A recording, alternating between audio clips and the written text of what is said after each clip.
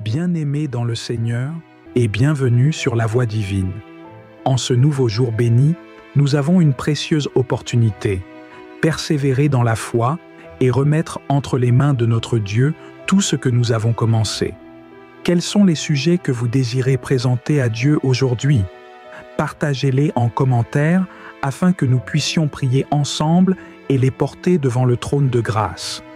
La parole de Dieu nous rappelle: ne vous inquiétez de rien, mais en toute chose, faites connaître vos besoins à Dieu par des prières et des supplications, avec des actions de grâce. Notre Père Céleste nous invite à lui faire pleinement confiance et à déposer nos fardeaux à ses pieds. Il est fidèle pour répondre à nos prières. Seigneur Tout-Puissant, merci pour le souffle de vie, pour ta fidélité et pour ton amour qui se renouvelle chaque matin. C'est grâce aux bontés de l'Éternel que nous ne sommes pas anéantis, car ses compassions ne sont pas à leur terme. Elles se renouvellent chaque matin. Oh, que ta fidélité est grande! Aujourd'hui, nous plaçons nos projets, nos pas et nos décisions entre tes mains. Guide-nous, éclaire nos choix et fortifie nos cœurs. Fais de nous des témoins vivants de ton amour et de ta grâce. Seigneur, bénis chacun de nos abonnés, fortifie leur foi et accorde-leur des percées spirituelles. Pour nos nouveaux abonnés, que leur marche avec toi soit marquée par des révélations profondes et des bénédictions abondantes. Approchez-vous de Dieu et il s'approchera de vous. Nous te confions également ton serviteur, le pasteur Christ. Continue à l'inspirer, à le fortifier et à l'utiliser puissamment dans son ministère. Que cette journée soit une source de bénédiction, de paix et de joie pour chacun. Au nom glorieux de Jésus-Christ. Amen. 5 choses qui rendent la prière puissante. Amen. Il y a des prières et des prières. J'ai dit, il y a des prières et des prières. Toutes les prières n'ont pas la même force. Si tu veux voir le Seigneur, tu as besoin de la sanctification. Tu as besoin de marcher dans la sanctification. Il y a la repentance. Quand on accepte Jésus, quand on se repent, tu es pardonné. Mais la sanctification, ce n'est pas une seule fois. C'est une marche. C'est une vie. Tu marches dans la sanctification. Les chrétiens se comportent comme si Dieu est vieux. Il a vieilli. Il a fait beaucoup de choses. Oui, c'est bien, on va applaudir. Mais aujourd'hui, quand même, il a des cheveux blancs, la barbe. C'est faux. Dieu ne change pas. Dieu ne faiblit pas. Dieu ne vieillit pas.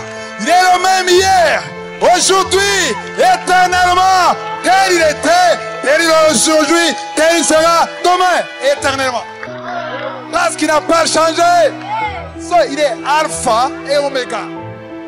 Alléluia. Gloire à Dieu. Qui aime la prière? Qui a déjà prié et qui n'a pas été exaucé? Seulement ça. C'est vrai. Ce n'est pas un péché de ne pas être exaucé. Qui n'a pas été exaucé? Qui a prié et qui a senti que la prière n'est pas tellement forte?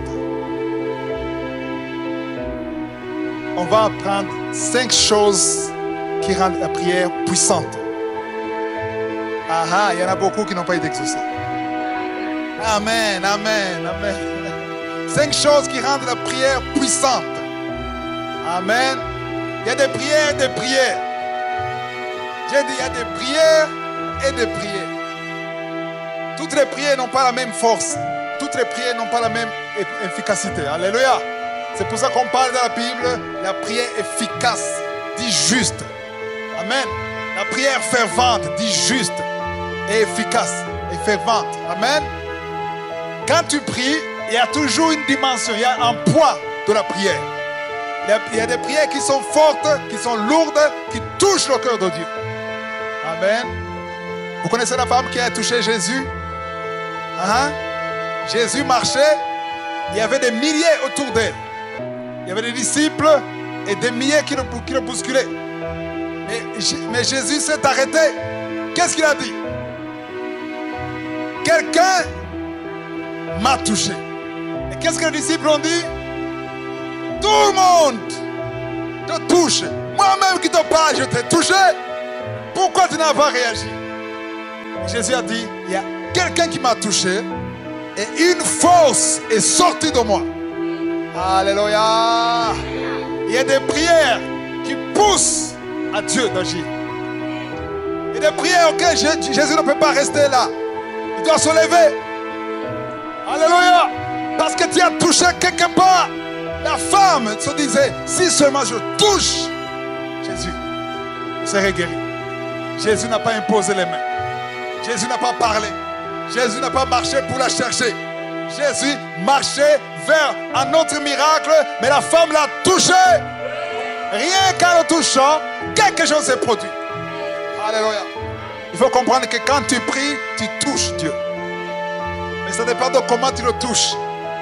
Alléluia. Il y a 5 choses qui peuvent rendre ta prière puissante.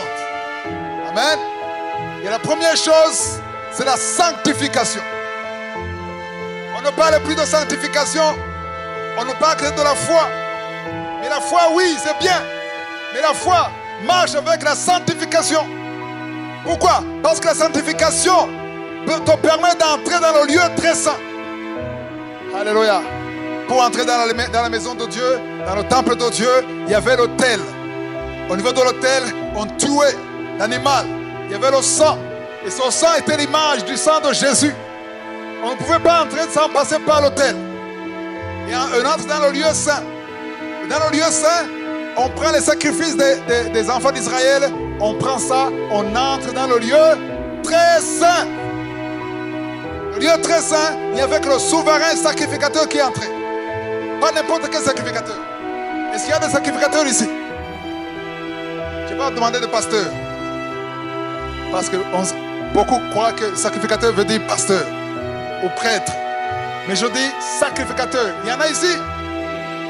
Quand la Bible parle de sacrificateurs, on parle de ceux qui ont accepté Jésus. Ceux qui sont nés de nouveau.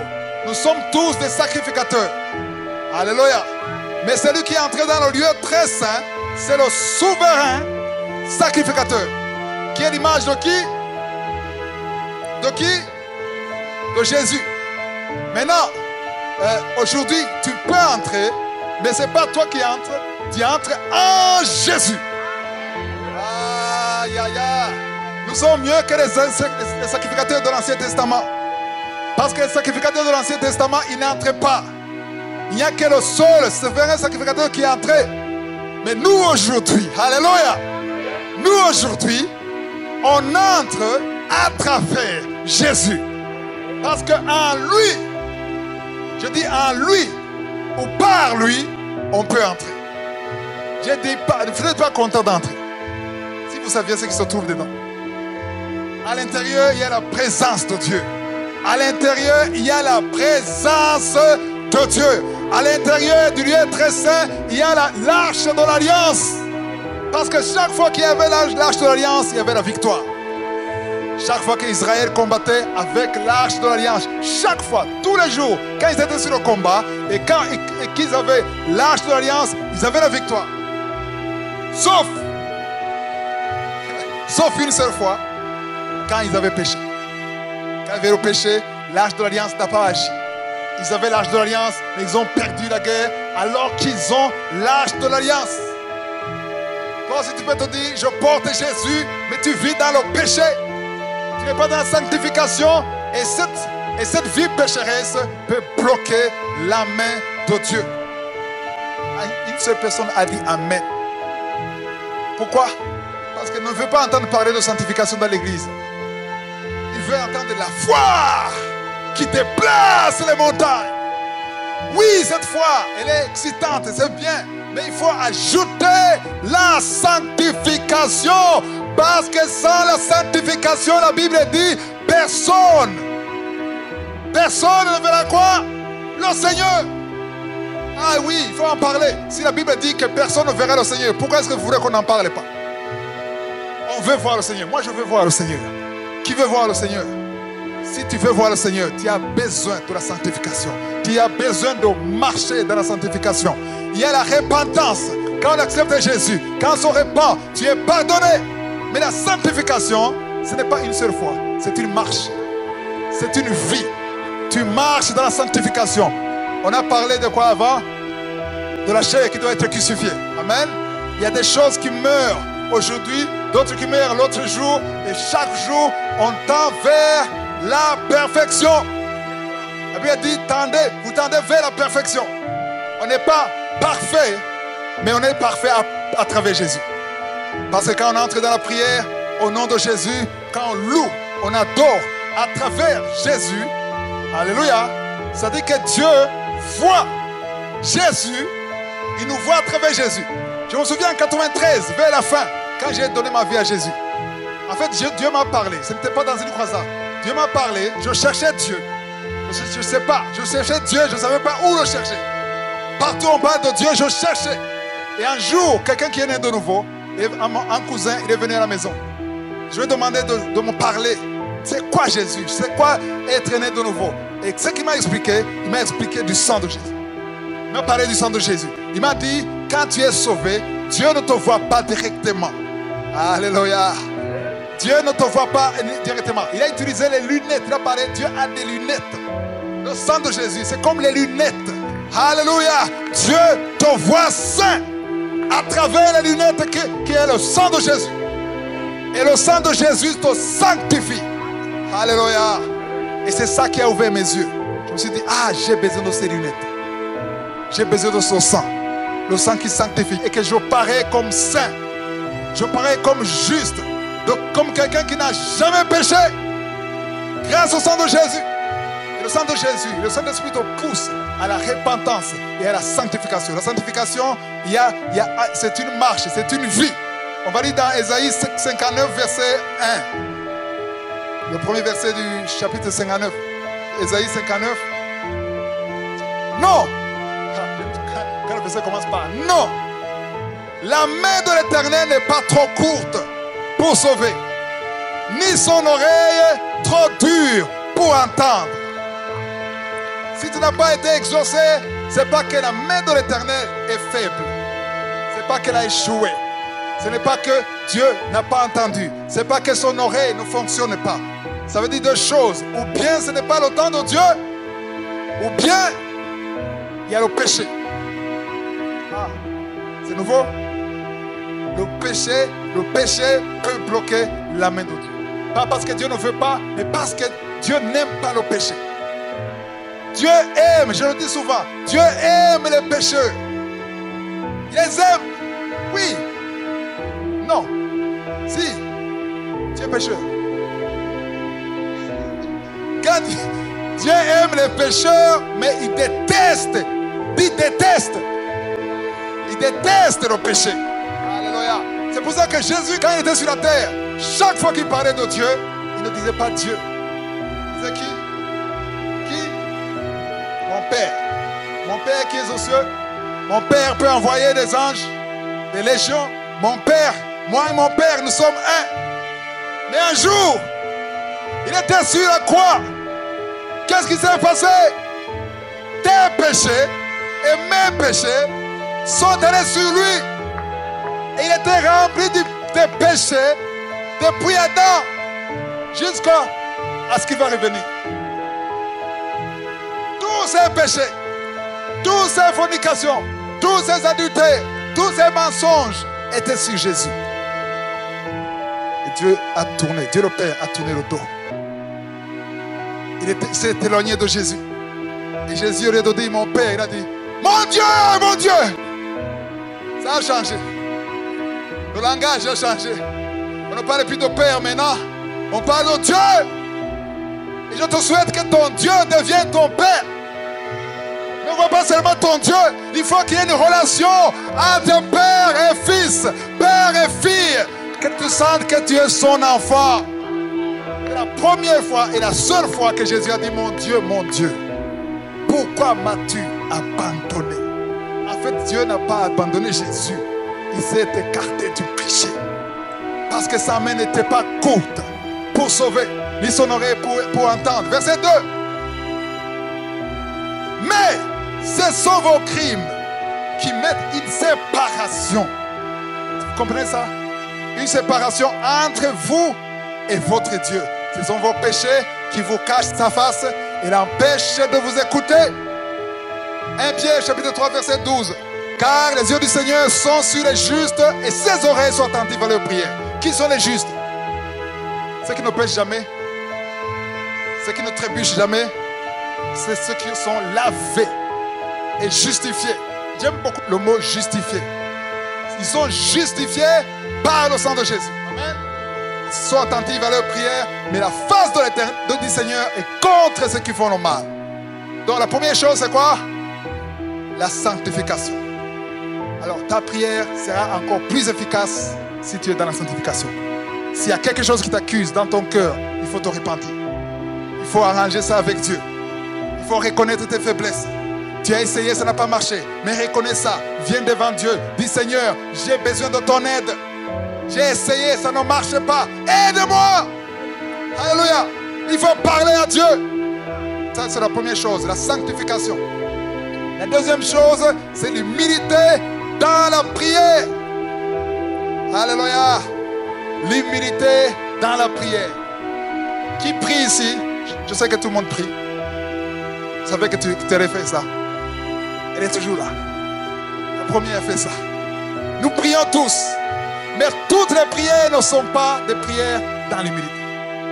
Il y a des prières. J'ai enseigné dans Kangoka la foi orgueilleuse. Qui a suivi ça? La foi orgueilleuse. Il y a ceux qui ont la foi.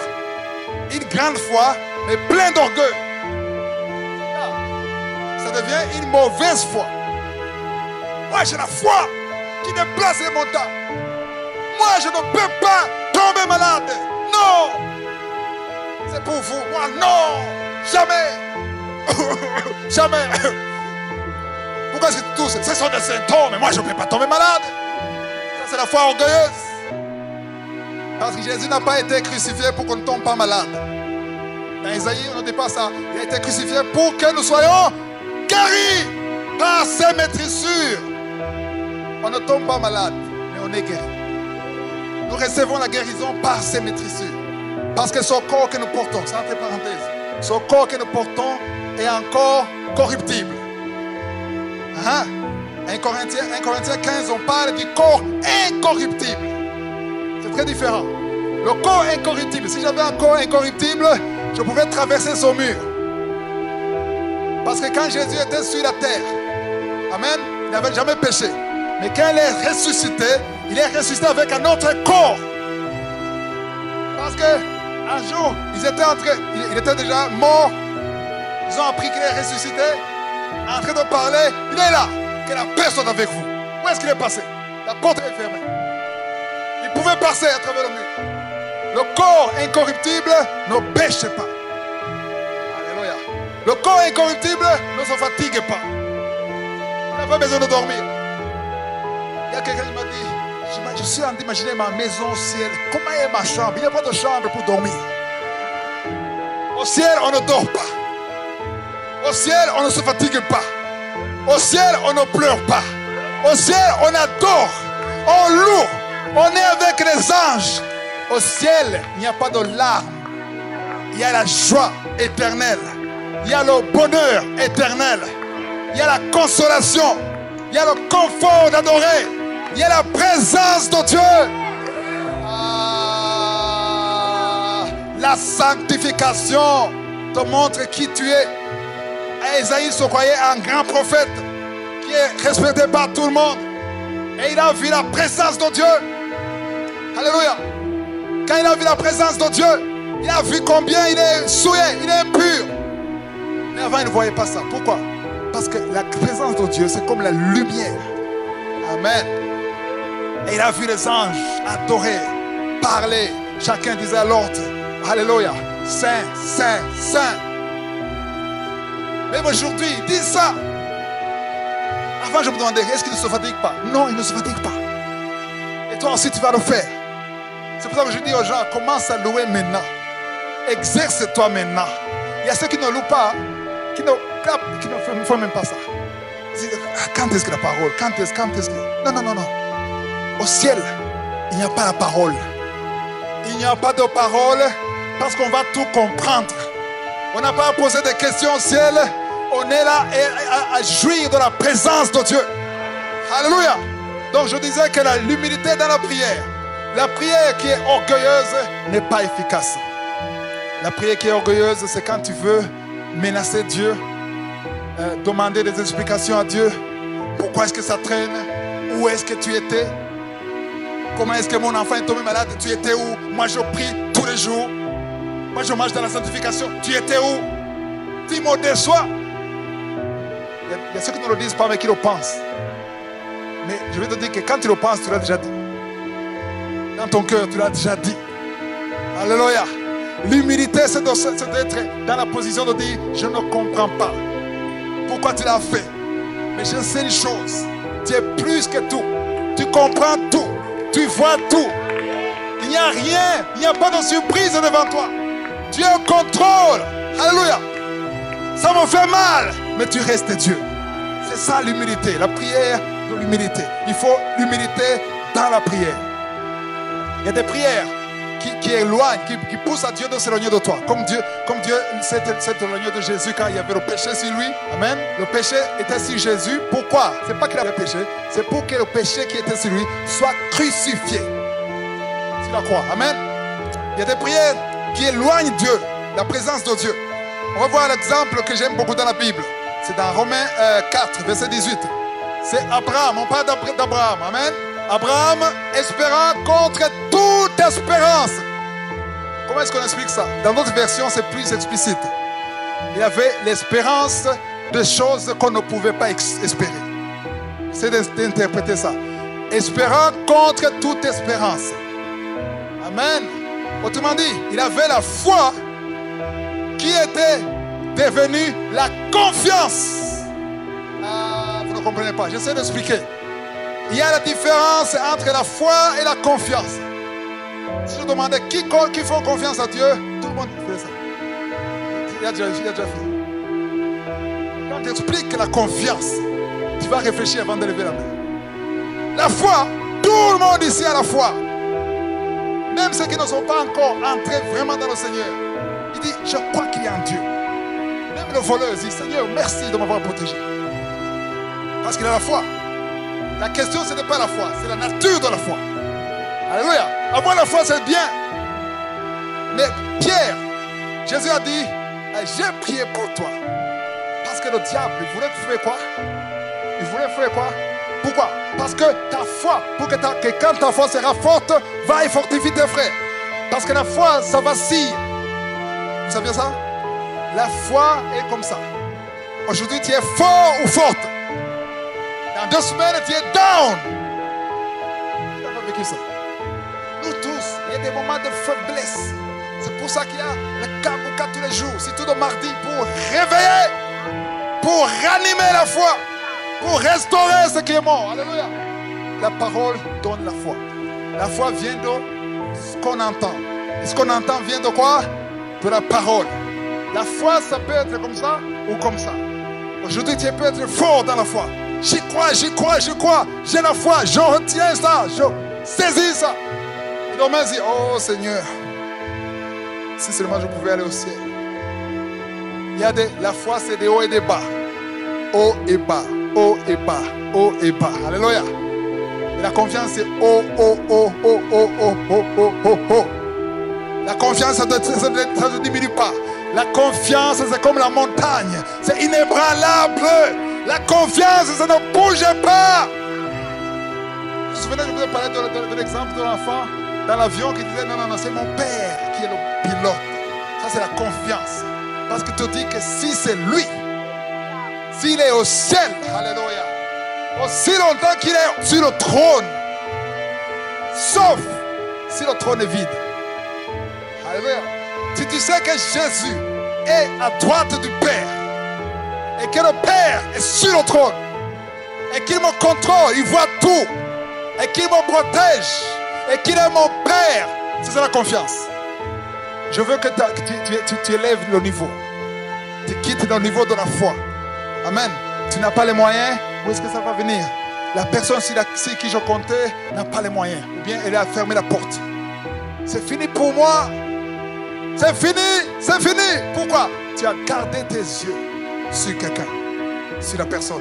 Donc si tu as gardé tes yeux sur la personne, ta foi est basée sur la personne. Ta foi peut être basée sur l'argent. Le jour où ton compte sera vide, c'est fini. Alléluia. Un jour, j'ai fait cette expérience. C'était en 2002, 2003. J'étais à la maison. Il n'y avait rien à manger. Rien. La poche était vide. Il y avait un frigo vide. Et j'ai dit à Dieu, je n'appelle personne. Je ne contacte personne. Je viens devant toi. Je me mets à genoux.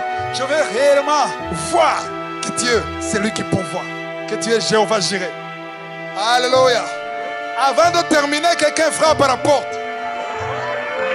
Il me dit, il vient, il me dit, en fait, il venait de l'Europe. C'était mon oncle, il venait de l'Europe. Il venait, c'était en 2000, non, c'était pas 2003, c'était en 2008. 2008. En 2008, il venait de l'Europe, du mariage de ma soeur. Il me dit, j'ai hâte de te raconter tout ce qui s'est passé. Ok, raconte-moi. Non, non, pas ici. On va quelque part pour manger une pochette. Et il ne savait pas que j'étais affamé. Mais Dieu m'a montré que c'est lui qui pourvoit. Il m'a montré qu'il peut me nourrir quand la poche est vide. Quand le frigo est vide. Il peut envoyer quelqu'un. Alléluia. L'homme ne vit pas du pain seulement, mais aussi de la parole qui sort. Aïe, aïe, aïe. Tu ne vis pas de ton travail. Tu ne vis pas de ton travail. Oui, ton chef, il te paie. Mais pourquoi? Parce qu'il a été établi. C'est Dieu qui l'a établi. Il peut être païen, mais c'est Dieu qui l'a établi au-dessus de toi. Même s'il ne croit pas en Jésus, s'il te donne un chèque dans la bonne voie, dans la sanctification, alléluia, tu peux le bénir et bénir ton Dieu qui l'a utilisé. Tu ne vis pas de ton travail. Si demain on t'a écrit une lettre pour te chasser du boulot, il ne faut pas pleurer comme si c'est la fin du monde. Parce que ta source, ce n'est pas le chèque. Ta source, ce n'est pas le travail. Ta source, ce n'est pas ton patron. Ta source, ce n'est pas ton pays. Ta source, c'est au ciel. Wow! J'ai dit aux gens, non. Notre cité, ce n'est pas ici. Alléluia. J'ai rencontré quelqu'un, un étranger. Il m'a dit, comment est-ce que tu survis? On dirait que tu as une bonne vie alors que tu es dans le pays le plus pauvre du monde. Je lui ai dit, ma cité, ce n'est pas ici sur la terre. Chez nous, c'est au ciel. Parce que la source de ma survie n'est pas de ce monde. La source de ma survie est au ciel, vient du ciel. Et quand tu es la source du ciel, alléluia. Parce que si tu gardes les yeux, aux États-Unis, les Américains gardent les yeux sur le gouvernement. Les Européens, le gouvernement. Ce n'est pas le gouvernement, c'est Dieu. Parce qu'il est le roi des rois. La Bible dit, il est le roi des rois. Quels sont ces rois qui sont sous le règne de Dieu? Ce sont les rois du monde. La Bible dit dans Daniel 2, je crois, verset 20, il change les rois. Il établit les rois. Donc c'est lui qui a le contrôle. Et apprend à vivre par la foi. Parce que le juste vivra. Aïe, aïe, aïe. C'est pas facile. Hein? Il y a des moments où c'est difficile. C'est facile à dire. Mais il faut vivre ça. Quand c'est vide, quand tu ne vois rien. À Lubumbashi au Congo, j'arrivais, quelqu'un me donnait quoi? Me donnait le charbon. Je dis, alors qu'est-ce que je vais manger avec ce charbon? Je commence à louer Dieu. On m'amène le foufou. Et je prépare le foufou sur le charbon, sans condiment. Et j'utilise le sel et je mange et je loue Dieu. Alléluia. Parce que Dieu verra ta confiance dans les petites choses. Quand il n'y a pas de sauce, quand il n'y a pas de condiment, quand il n'y a pas de sucre, c'est là où il verra que réellement tu lui fais confiance. C'est facile à faire confiance à quelqu'un qui te donne de l'argent tout le temps. Tu téléphones, il envoie l'argent. Tu téléphones, Western Union. Ah, je crois en lui, je lui fais confiance. Ça, c'est pas la confiance. Tu marches pas à la vue, non pas par la foi. Alléluia. Quand ça ferme partout, dans le pays, à l'entreprise, tu gardes ta foi dans le Seigneur. Amen. On retourne dans Romains 4, verset 18. Espérant contre toute espérance, il crut en sorte qu'il devint père d'un grand nombre de nations. Selon ce qui lui avait été dit, telle sera ta postérité. Verset 19.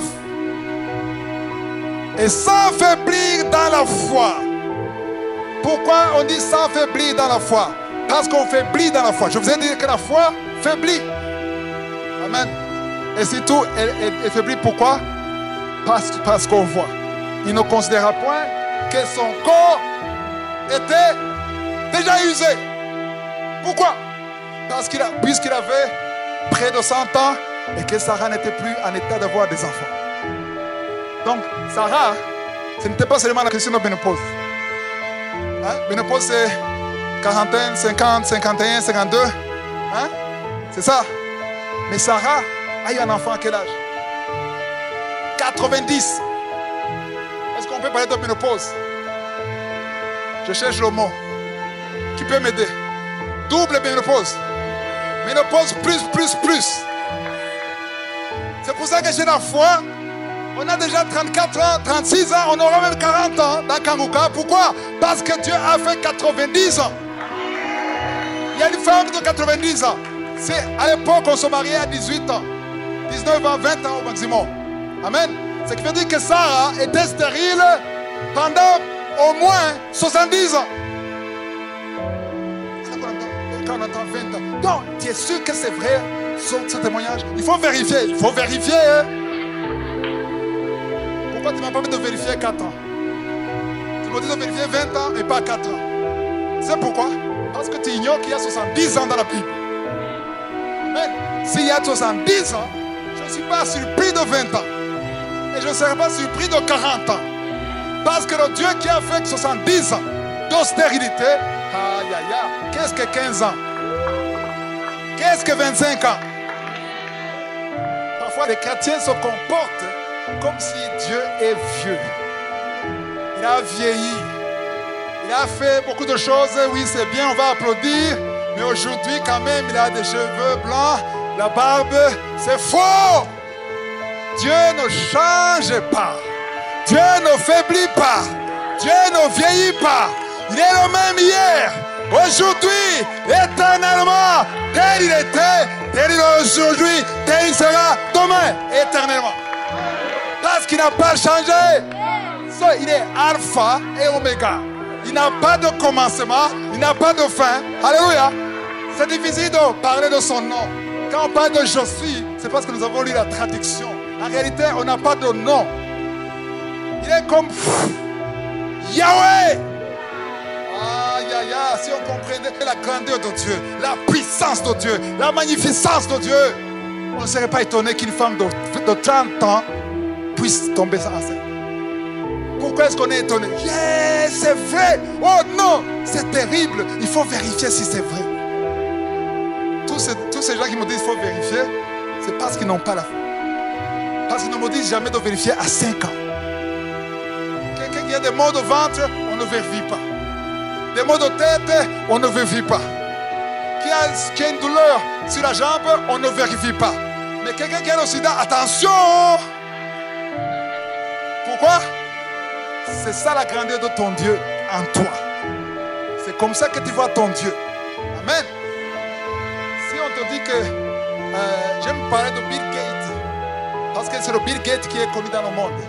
Les plus riches aujourd'hui ne sont pas connus. Les Elon Musk ne sont pas connus. J'aime parler de Bill Gates. Parce que Bill Gates c'est quoi? C'est le numéro 3. Maintenant, il y a des centaines, plus de 150 milliards de dollars en seul homme. Si on te dit qu'il t'a envoyé 10 000 $, tu seras étonné qu'il puisse t'envoyer toi. Mais tu ne seras pas étonné qu'il puisse envoyer 10 000 $. Parce qu'il a des milliards. Comment est-ce que tu vois Dieu? Amen. C'est pour ça qu'Abraham, sans faiblir dans la foi, il ne considéra point son corps. Que son corps était déjà usé. Il y a une chose. Quand on parle d'Abraham, l'Abraham qu'on parle ici au verset 19, c'est l'Abraham qui a mûri, qui a grandi dans la foi. Parce qu'avant, il était comme la plupart d'entre nous. Quand il avait 75 ans, il a affaibli dans la foi. Maintenant, on est en train de parler d'un Abraham qui a été fortifié, qui a une foi, qui est parti de la foi à la confiance. Amen. Et si tu vas comprendre cet enseignement, tu vas passer de la foi à la confiance. Amen. Quand Abraham était encore au niveau de la foi, il a affaibli. Mais quand il est arrivé au niveau de la confiance, il ne pouvait pas faiblir. Alléluia. Alors, je fais un peu marche arrière. L'Abraham qui était encore au niveau de la foi, il a dit, attends, Dieu nous a dit qu'on aura un fils. Mais un problème, ma chère Sarah, elle est stérile. Non seulement elle est stérile, mais elle est ménopausée. Elle est ménopausée. Mais attends, elle avait encore des désirs. Parce qu'à son niveau de verset 19, il n'avait plus de désir. Oui, vous connaissez l'histoire. Quand l'ange a dit l'année prochaine, la même heure, tu auras un enfant. Moi, je n'ai plus de désir. Et mon Seigneur, c'est foutu. Il ne peut plus. Il est impuissant. Mais ici, à 75 ans, Abraham, il pouvait avoir des rapports avec sa femme. Mais le problème, elle était stérile. Le deuxième problème, ménopausée. Alors la femme a dit, je me dis à deux, elle a dit, tu sais, elle disait toujours, mon Seigneur, on va nous prendre comme pour des menteurs. Le premier enseignement disait, laisse je suis, être je suis. Alors, ils ont essayé d'aider. Je retourne dans l'enseignement, le premier enseignement. Ils ont essayé d'aider je suis à être je suis. Comme aujourd'hui, il y a les chrétiens qui veulent faire des choses, tricher, pour montrer, venir témoigner. Alléluia, j'ai le diplôme. Tu as triché. Tu as triché. Ça, ce n'est pas la gloire de Dieu. Tu veux aider Dieu à avoir la gloire. Non. Tu veux avoir un boulot et tu couches avec le patron. Ça, c'est, il n'y a pas de témoignage. On n'a pas besoin de ce témoignage. Parce que tu cherches la gloire de Dieu. Et la femme d'Abraham lui a dit, on peut faire quelque chose. En fait, toi, tu es normal. Tu es un peu vieux, mais tu peux. Tu peux connaître une femme. Tu me connais, mais ça ne marche pas. Alors, on a une jeune fille qui travaille pour nous. À l'époque, quand tu couchais avec ta servante, elle avait un enfant, et l'enfant était l'enfant du patron, du directeur de la maison. Alors, va, on va te donner l'annexe. Moi, je ne suis pas là, je ne te vois pas. Allez là-bas, chercher un enfant. Bonne idée. Good idea. Mais ce n'est pas God idea. Ce n'est pas l'idée de Dieu. C'est l'idée de Sarah. Et il a écouté l'idée. Il est allé avec la fille. Il a couché avec la fille. Il a péché. On ne donne pas la gloire à Dieu en péchant. Il a eu l'enfant. Ismaël, il est là. Dieu dit non, tu n'as rien compris. Je n'avais pas besoin de ton aide. Toi et Sarah, vous n'avez rien compris. Je n'ai pas besoin de votre aide. Moi, l'Éternel, alléluia, je suis capable. Aïe, aïe, aïe. Je suis capable de créer un enfant. Pas comme Jésus. Parce que Marie, elle a eu Jésus sans homme. Non, pas comme Jésus. Avec vous deux.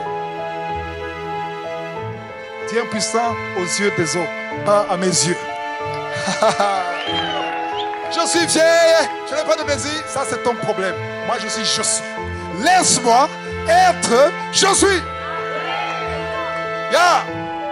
Sarah n'y croyait pas. Et s'est moquée des anges. Elle dit non, c'est pas possible.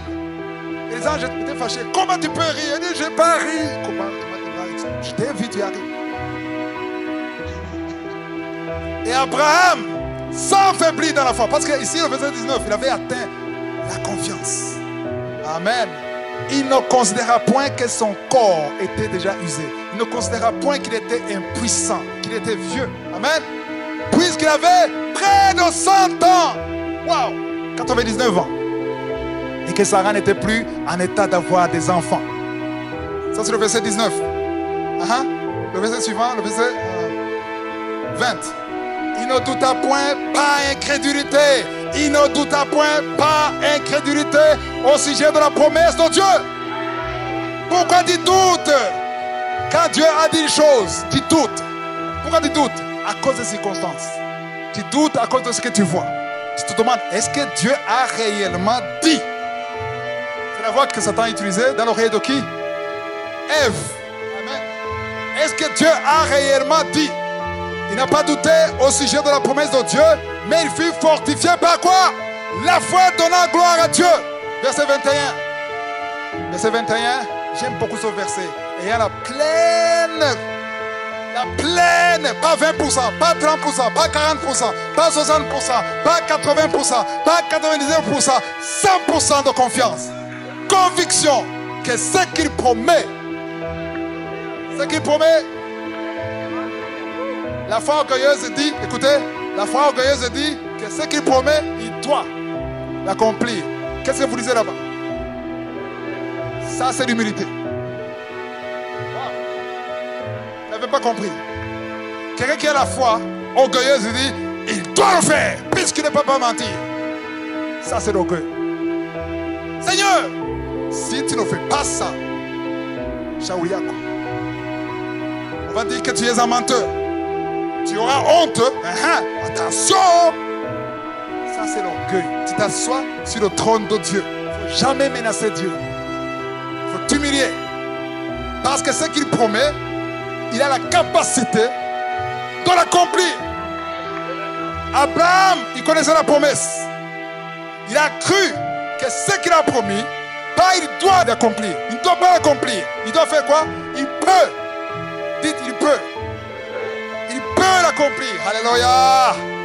J'aime beaucoup ça. Il peut l'accomplir. Verset 20, on va dans Lévitique. Je vous montre une autre promesse.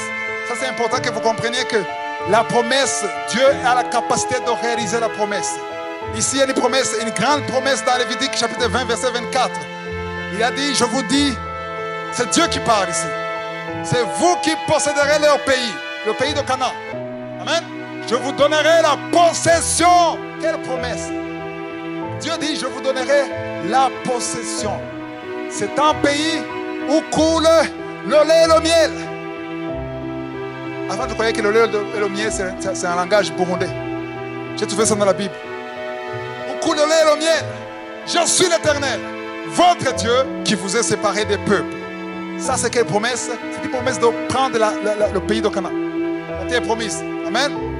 Alors, si vous voulez, l'histoire de Nombre, Moïse a envoyé 12 espions pour espionner quoi? Pour tester le terrain où coule le lait et le miel. Amen. Ils sont revenus avec un rapport. Verset 6, Nombre 14, verset 6. Parmi ceux qui avaient exploré le pays, il y avait Josué, fils de Nun, et Caleb, fils de Jephunneh, déchiraient leurs vêtements. Pourquoi? Parce qu'il y avait les 12 qui parlaient de l'impossibilité de prendre le pays. Ils disaient que c'était impossible. Pourquoi? À leurs yeux, nous sommes des sauterelles. Et quand ils nous regardent, nous sommes que des sauterelles. Et nous-mêmes, on se voit comme des sauterelles. Et là, ils étaient fâchés. Pourquoi? Parce que les deux, Josué et Caleb, avaient une grande vision de Dieu.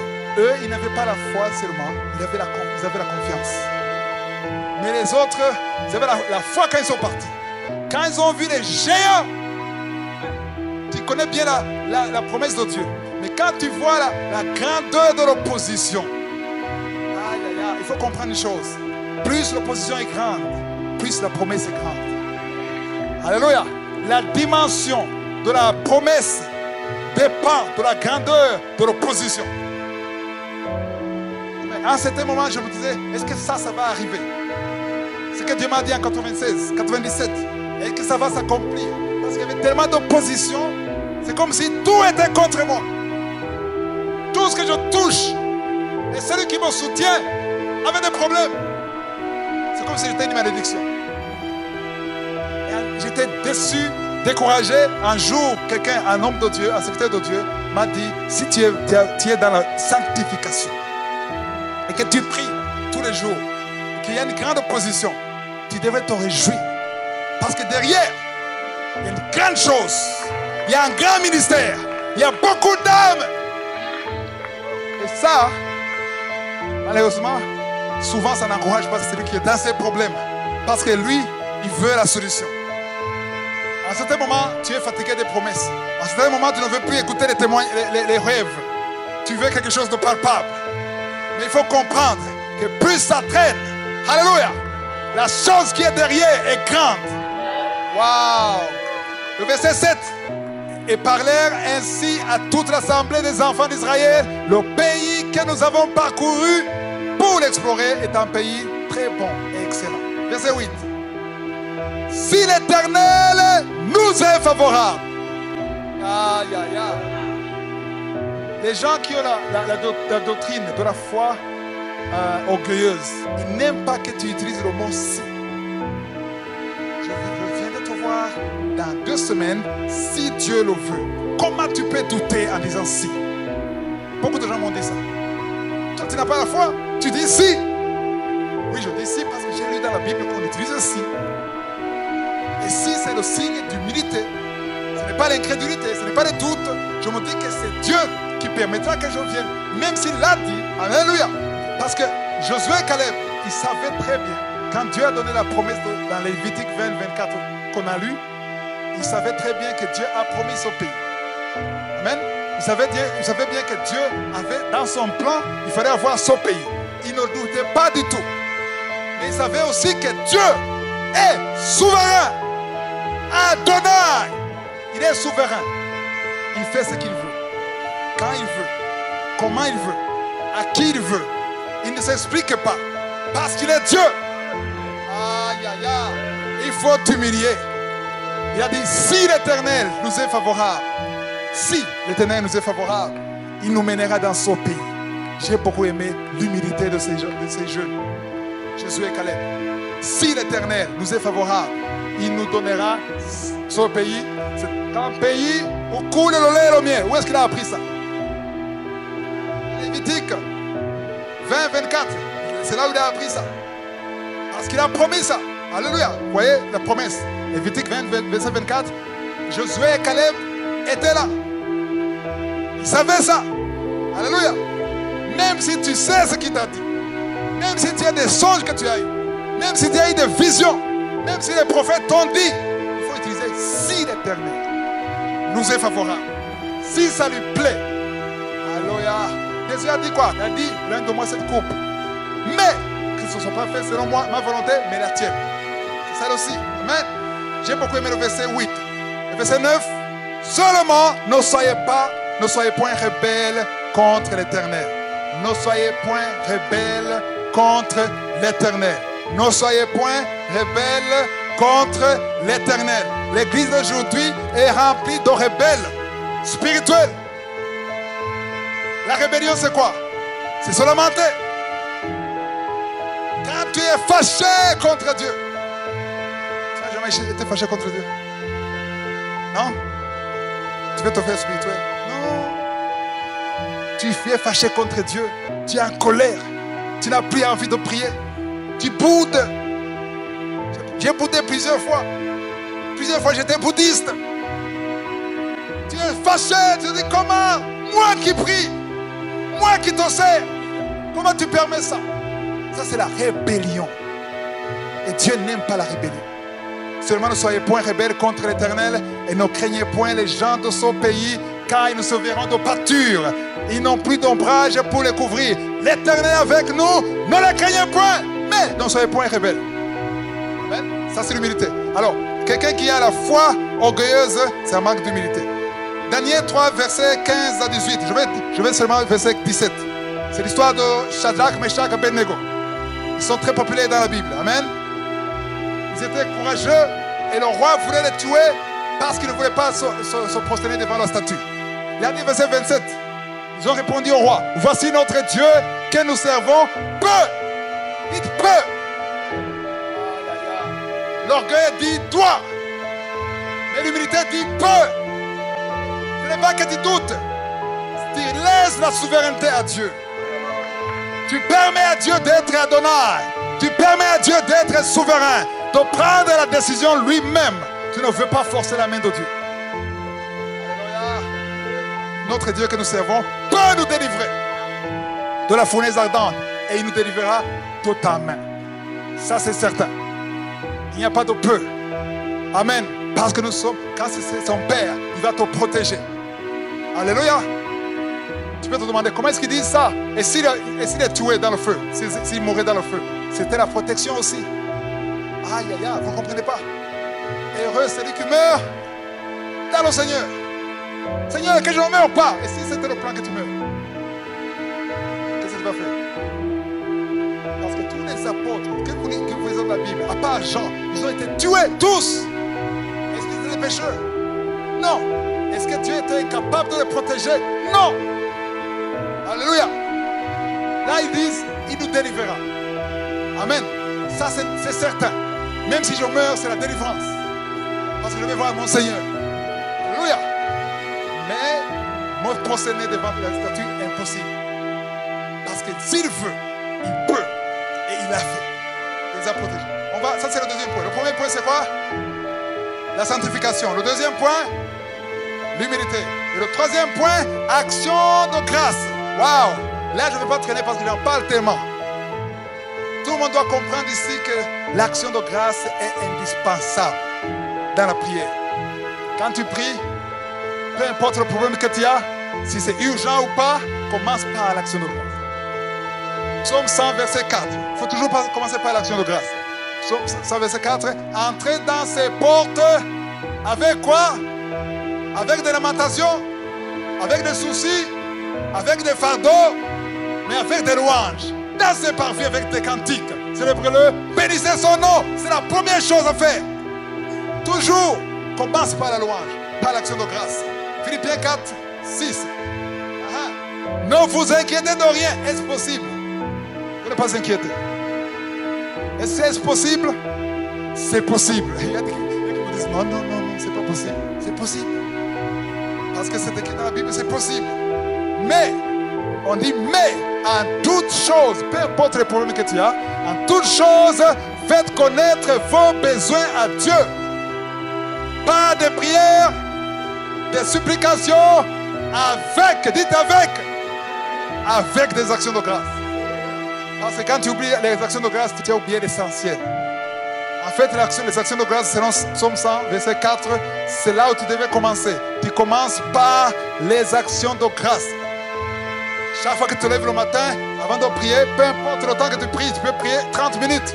Il y a ceux qui prient 30 minutes, il y a ceux qui prient 1 heure, ou 2 heures, ou plus. Et peu importe le temps que tu passes dans la prière, commence par l'action de grâce. Pense à sa grandeur, pense à sa puissance, ouvre ta bouche, confesse son nom. Avant de parler de tes soucis, tu vas en parler, oui, mais ne commence pas par ça. Alléluia. Ok, ça c'est, je ne traîne pas, mais vous avez compris qu'il faut l'action de grâce. La prière est puissante quand il y a l'action de grâce. Chaque fois que tu pries, il faut qu'il y ait l'action de grâce. Amen. Donc la première chose, c'est quoi? Il faut que tu sois dans la sanctification. La deuxième chose, l'humilité. La troisième chose, action de grâce. Avec action de grâce. Alléluia. Action de grâce. Et la quatrième chose, la discipline. C'est la partie la plus difficile. La discipline. Prier, c'est bien, mais quand tu ne pries pas tous les jours, parce que tu es faible, quand tu pries 2 fois par semaine, 3 fois par semaine, il y a des jours où tu ne pries pas du tout. Spirituellement parlant, tu es indiscipliné. Je ne t'insulte pas. Ce n'est pas une insulte. Il faut que tu sois discipliné.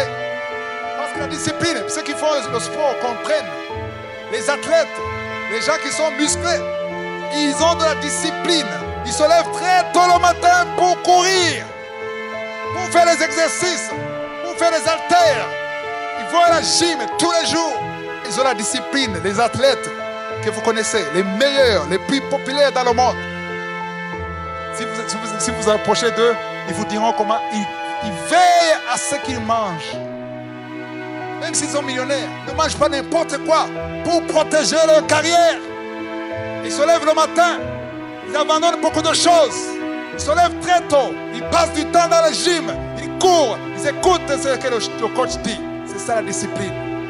Même spirituellement, il faut de la discipline pour avoir le succès. Pour être dans le plan de Dieu, pour réaliser la promesse de Dieu, il faut de la discipline. On va lire dans Ephésiens 6, 18. Faites en tout temps par l'Esprit toutes sortes de prières et de supplications. Veillez à cela avec une entière, pas une demi-persévérance, une entière persévérance. Et priez pour tous les saints. Une entière persévérance. Il faut persévérer. Il faut comprendre que prier, tu ne dois pas sentir l'envie de prier. On a parlé des sacrifices. On a parlé du sacrifice du corps. Offrez votre corps comme un sacrifice vivant. Amen. Je veux dire une chose.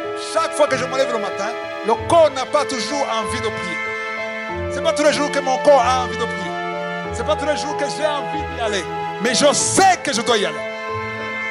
Parfois, je me souviens, il y a au moins 20 ans, parfois je me levais et je faisais comme ça. Écoute-moi, bon corps, écoute-moi. Je dois y aller. Et je me levais. Je dois y aller parce que c'est là où se trouve ma vie. C'est là où se trouve ma victoire. C'est là où se trouve mon destin. C'est là où se trouve mon avenir. Tu veux que je reste au lit? Oui, c'est confortable. Et alors, qu'est-ce que je vais écouter? Le confort. Amen. La discipline, c'est avoir une vision. Les meilleurs athlètes, ils ont une vision. Une seule vision, la médaille d'or. Ils savent que tu ne peux pas, même si tu as le talent de Dieu, tu ne peux pas avoir une médaille d'or à 100 mètres si tu es indiscipliné. Tu dois avoir de la discipline, travailler dur. Te lever le matin, il faut prier. Aïe, aïe, aïe, il y a un serviteur de Dieu qui lui a demandé, donne-nous 3 messages que tu donnerais au monde avant de mourir. Je connais, je n'ai pas besoin de réfléchir, je connais les 3 messages. Le premier message, priez. Ok, c'est entendu. Le deuxième message, priez. Le troisième message, priez. Tu m'as dit, il parlait de 1 Thessaloniciens 5, 17. Priez sans cesse. Alléluia. Priez sans cesse. Parce que la prière, c'est la vie. Je ne serai pas là où je suis aujourd'hui sans la prière. Il n'y aurait pas de Kangoka sans la prière. Parce que c'est la prière qui crée toutes choses. Amen. Au lieu de te lamenter, d'accuser Dieu, d'accuser tout le monde, d'accuser ton pasteur, va à genoux et prie. Loue le Seigneur. Élève la louange. Amen. C'est ça qui attire la présence de Dieu. La prière, il faut la discipline. Première chose. Parlez. La première chose. La deuxième chose. La troisième chose. La quatrième chose. Ah. On dit que tu as les 4 sur 4. Tu as tous les 4. Oui. Peut-être qu'ils me connaissent. Tu as peur de dire oui. Si au moins tu as 3 sur 4, 2 sur 4, c'est mieux. Mais même si tu as 0 sur 4, tu peux avoir 4 sur 4. Alléluia. La cinquième chose, ça va étonner beaucoup de gens. Parce qu'on en parle rarement dans l'église. Et quand on en parle maladroitement ou de mauvaise façon. Ou d'une façon de terroriser les gens. Attention, il faut donner. Il ne faut pas voler Dieu. Ça, c'est le terrorisme. Amen. La cinquième chose, c'est un cœur généreux. La générosité, voilà. Cinquième chose, c'est la générosité. Parce que je vais vous montrer bibliquement que la générosité peut ouvrir les portes dans la prière. La prière peut être exaucée à travers ta générosité. Amen. Peu de gens le savent, mais je vais vous montrer bibliquement. Alléluia. On va dans Luc chapitre 6, verset 38, on fait vite. Donnez et il vous sera donné. On versera dans votre sein une bonne mesure, serrée, secouée et qui déborde. Ce verset, c'est le verset préféré au moment des offrandes. Donnez, il vous sera donné. Une bonne mesure, serrée, secouée et qui déborde. Et on aime la partie qui déborde. Parce que quand ça déborde, tu peux donner aux autres. Secouer, c'est pour qu'on ait le niveau. On ne se trompe pas. Amen. Car on vous mesurera avec la mesure dont vous vous serez servi. On vous mesure. Qui va vous mesurer? Qui va vous mesurer? Dieu. Il va vous mesurer avec quoi? Sur base de quoi? Sur base de la mesure dont vous serez servi. Autrement dit, il va tenir compte de ta générosité. Les anges de Dieu tiennent compte de ta générosité. Ce verset, normalement, on utilise seulement pour les offrandes, pour donner les actions de grâce. Amen. Mais je vais vous montrer que la générosité, ça va même au-delà de ça. Même dans tes problèmes qui n'ont rien à voir avec l'argent. Amen. Ok, on va dans Luc 7, verset 2. Ok. Un centenier que j'aime beaucoup. Il y a beaucoup, on parle de 3 centeniers dans la Bible, mais j'aime beaucoup de celui-ci. Parce qu'il avait un cœur qui aime Dieu. Il avait la vision céleste. Alléluia. Un centenier, un militaire romain qui n'est même pas chrétien, je veux dire qui n'est pas juif. Il avait un serviteur auquel il était très attaché et qui se trouvait malade sur le point de mourir. Verset 3. Verset 3. Ayant entendu parler de Jésus, j'aime beaucoup, ayant entendu parler. Tous ceux qui sont ici, ils ont entendu parler de Jésus. Tous ceux qui croient, ils ont entendu parler. C'est pour ça qu'il faut partager la parole. Parce qu'il faut que les gens entendent. Parce que la foi vient de ce qu'on entend. Il a entendu de Jésus, de ce qu'il fait. Il lui a envoyé quelques anciens des Juifs pour le prier de venir guérir son serviteur. Pourquoi il n'est pas allé lui-même? Pourquoi? Tu connais ça. La femme cananéenne, vous avez entendu l'histoire de la femme cananéenne? Elle avait une fille qui était mourante, pas seulement malade. Amen. La femme est venue demander le miracle de Jésus. Alléluia.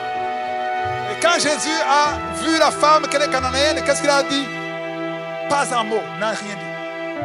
Elle a insisté, elle a bloqué le chemin de Jésus, et a utilisé l'arme la plus puissante qui est l'adoration. Et s'est prosterné devant Jésus. Et Jésus s'est arrêté. Il a dit, je suis désolé. Je suis désolé. Tu sais vraiment adorer mieux que ces gens, les milliers à côté de moi. Parce que c'est toi seul qui me bloque avec l'adoration. Mais il y a un problème. Tu n'es pas juive. Parce qu'à l'époque, les miracles étaient destinés aux Juifs. Avant la résurrection de Jésus, les miracles c'était pour les enfants de Jacob seulement. Nous, on a eu la grâce après sa résurrection. C'est pour ça qu'aujourd'hui, on entend les Togolais, les Gabonais, les Camerounais, les Burundais, les Rwandais, tout le monde. Les Français, les Américains. Pourquoi? Parce qu'il est mort et ressuscité. Ah, vous n'applaudissez même pas. On n'avait pas droit au ciel. On n'avait pas droit à la vie éternelle. On n'avait pas droit. Il n'y avait qu'Israël seulement. Mais aujourd'hui, nous sommes des Juifs spirituellement parlant. Nous avons la grâce. Nous sommes les enfants d'Abraham. Par la foi.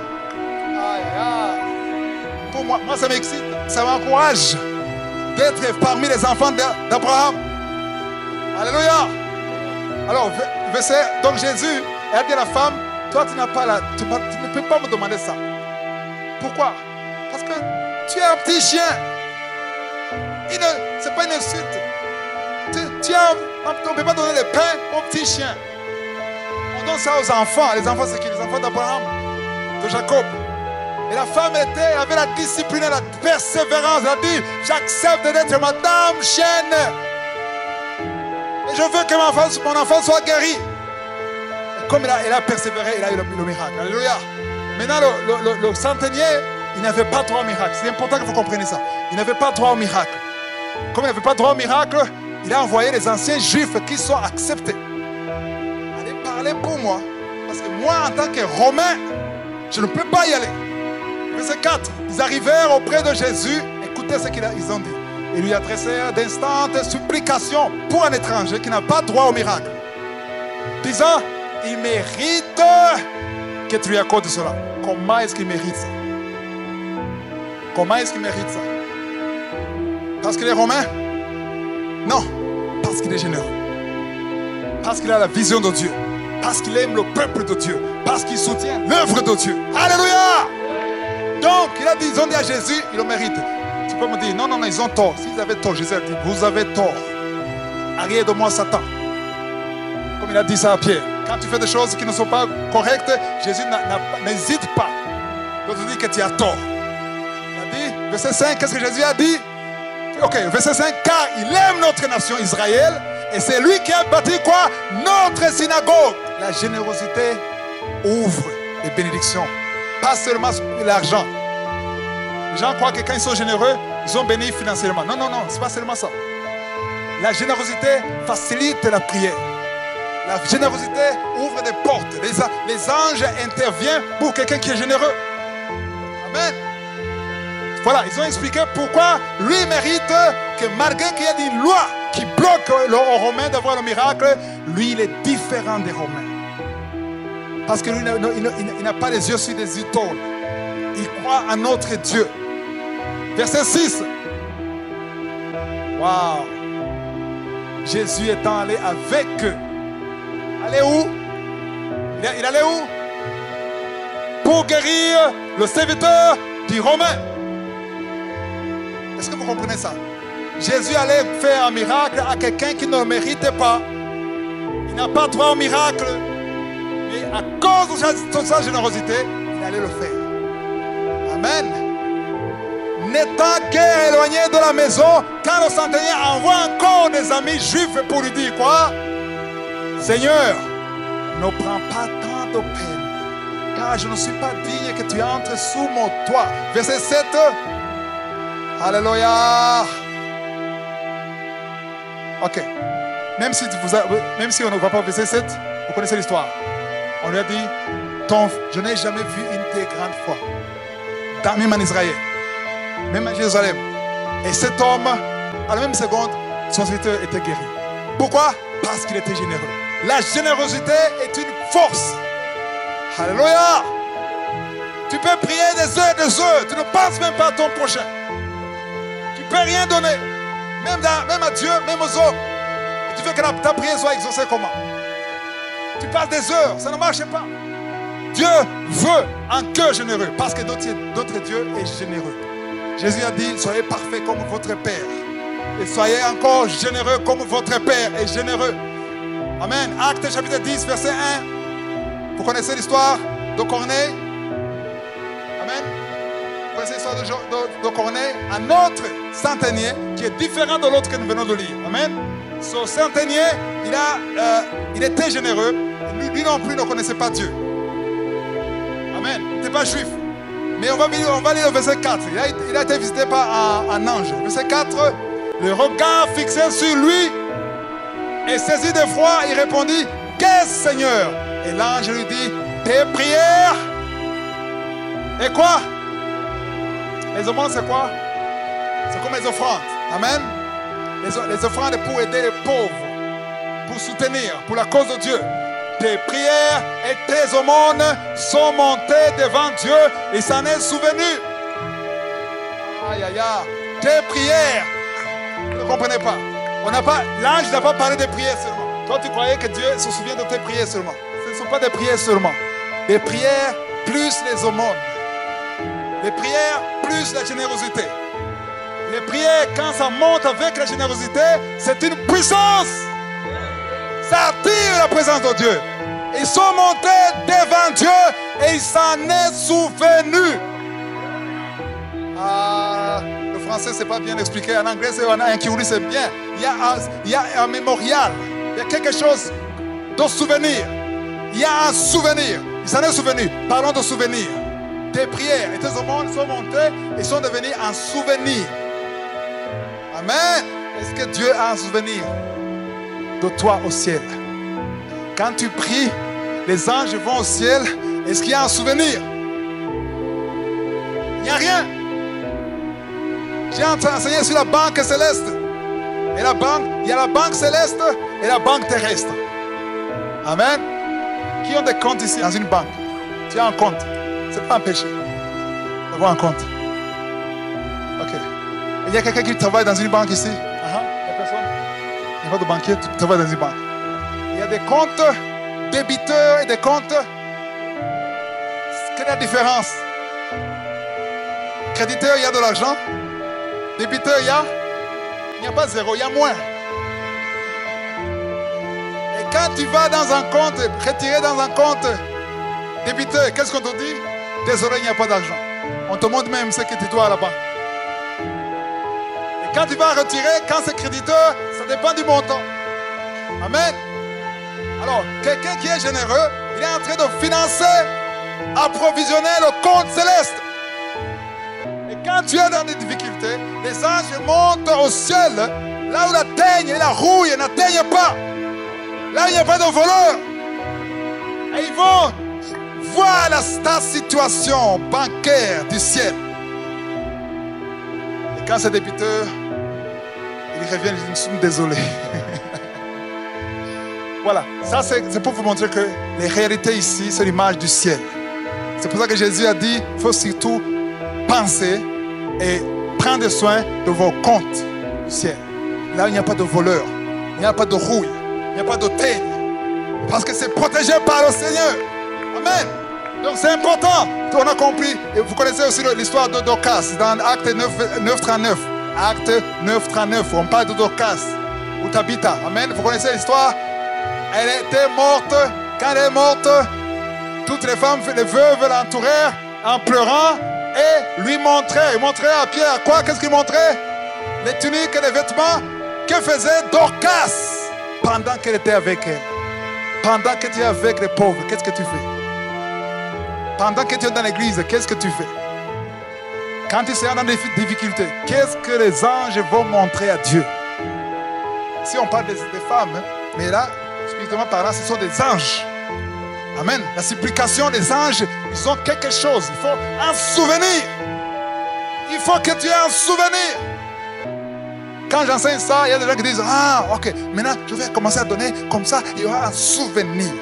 Et quand tu attends le souvenir, et rien ne change, ton compte ne change pas, parfois même on te vire. Donc ça ne marche pas. Je reste dans ma vie d'avant. Parce que tu es en train de spéculer. Avec les choses de Dieu, on ne spécule pas. Ça doit être une vie de générosité, une vie de libéralité. Il ne faut pas spéculer, il faut qu'il y ait un souvenir au ciel. Parce que le souvenir au ciel doit rester. Le souvenir au ciel, c'est comme la manne. La manne, ça venait chaque jour. Tu ne peux pas prendre la manne, il n'y avait pas de frigo. Tu ne peux pas aller cacher dans la tente. Tu avais trouvé qu'il y a quoi? Les vers. Tu ne pouvais pas manger ça. La manne, c'est chaque jour. La libéralité, c'est chaque jour. La bienfaisance, c'est chaque jour. La bonté, c'est chaque jour. C'est chaque jour. C'est ça que Dieu veut voir. Le souvenir, c'est quand tu marches dans cette vie. La meilleure façon d'influencer aux gens de donner, c'est en leur montrant qu'il faut donner avec joie, sans contrainte. 2 Corinthiens 9, verset 7. Dieu aime celui qui donne avec joie, sans contrainte. Amen. Quand on te pousse, on te force, on te terrorise, là tu ne donnes pas à Dieu. Tu donnes à un homme. La première chose, la deuxième chose, la troisième chose, quoi? La quatrième chose, la discipline. La cinquième chose, waouh, on répète. La première chose, sanctification. La deuxième chose, humilité. La deuxième chose, action de grâce dans la prière. La troisième chose, la discipline. La cinquième chose, la générosité. Applaudissez pour le Seigneur. Alléluia. Alléluia. Quand tu mets les 5 choses en pratique, le Dieu qui a créé le ciel et la terre, il ne ment pas. Il est derrière sa parole. Jérémie 1, verset 12, je crois. Il est derrière sa parole pour l'accomplir. Tu ne peux pas mettre ces 5 choses en pratique et rester dans la misère. Amen. Je ne dis pas que tu seras riche, avoir des jets privés, mais tu seras dans le plan de Dieu. Tu seras dans ton appel. Tu seras dans la présence de Dieu. Alléluia. On va prier maintenant pour la parole. Si tu veux être compris pour la parole, je te demande de te lever. Et tout ce que j'ai dit a de la valeur si tu acceptes Jésus comme ton Seigneur et ton Sauveur. Amen. Si tu décides d'accepter Jésus, tu peux marcher dans la sanctification. Parce que tu ne peux pas marcher dans la sanctification si tu ne te répands pas. C'est impossible. Amen. Tu ne peux pas faire des actions de grâce qui sont acceptées sans avoir accepté Jésus dans ta vie. Ta générosité, c'est bien. Mais il faut que ça soit fait dans le Seigneur. Amen. Tout ce que tu fais, l'action de grâce, l'humilité, il faut d'abord accepter Jésus. Amen. Je te demande de te lever la main. Et toi aussi, il y a les deux. Si vous voulez accepter Jésus, à la fin, approchez-vous d'eux. Amen. Et si vous êtes sur YouTube, il y a un téléphone à la fin. Écrivez sur WhatsApp, sur le téléphone. Et un serviteur de Dieu va vous aider pour accepter Jésus et commencer une nouvelle vie avec le Seigneur. Amen. C'est là où les 5 choses auront de l'efficacité et ta prière sera puissante. Amen. Maintenant, on va prier pour 2 choses. On va prier pour ceux qui veulent que cette parole ait une vie. C'est bien d'entendre ça, mais tu as besoin de la grâce de Dieu, la puissance du Saint-Esprit pour pouvoir vivre ça. Les 5 choses. Amen. Et la deuxième chose, si quelqu'un est malade, on va prier. Parce que le matin, le Seigneur a montré qu'il y a des gens qui vont être guéris ce soir. Et ici, et sur YouTube. Il y a même quelqu'un qui va suivre ça sur la radio. Peut-être, j'ai entendu qu'il y a 2 radios au Togo, je ne sais pas, dans notre pays, mais il y a quelqu'un qui sera guéri du rhumatisme à la radio, à travers cette prière. Amen. Alléluia. Tout dépend de ta foi. Et tout dépend de la façon dont tu vois Dieu. Amen. Le Dieu qui a donné un enfant à une stérile de 70 ans, il est ici. Un homme de 99 ans, il a pu avoir un enfant. Ce Dieu est ici. Alléluia. On va prier. Si tu fais la prière, lève la main. Amen. Lève la main.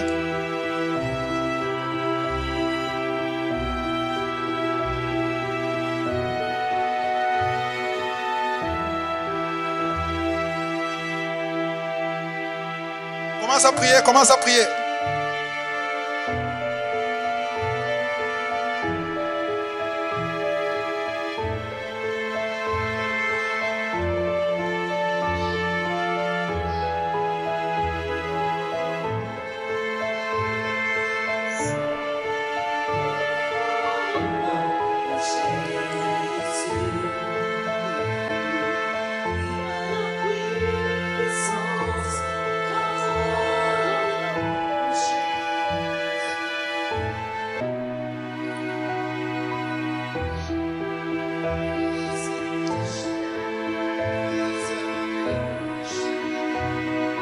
Alléluia.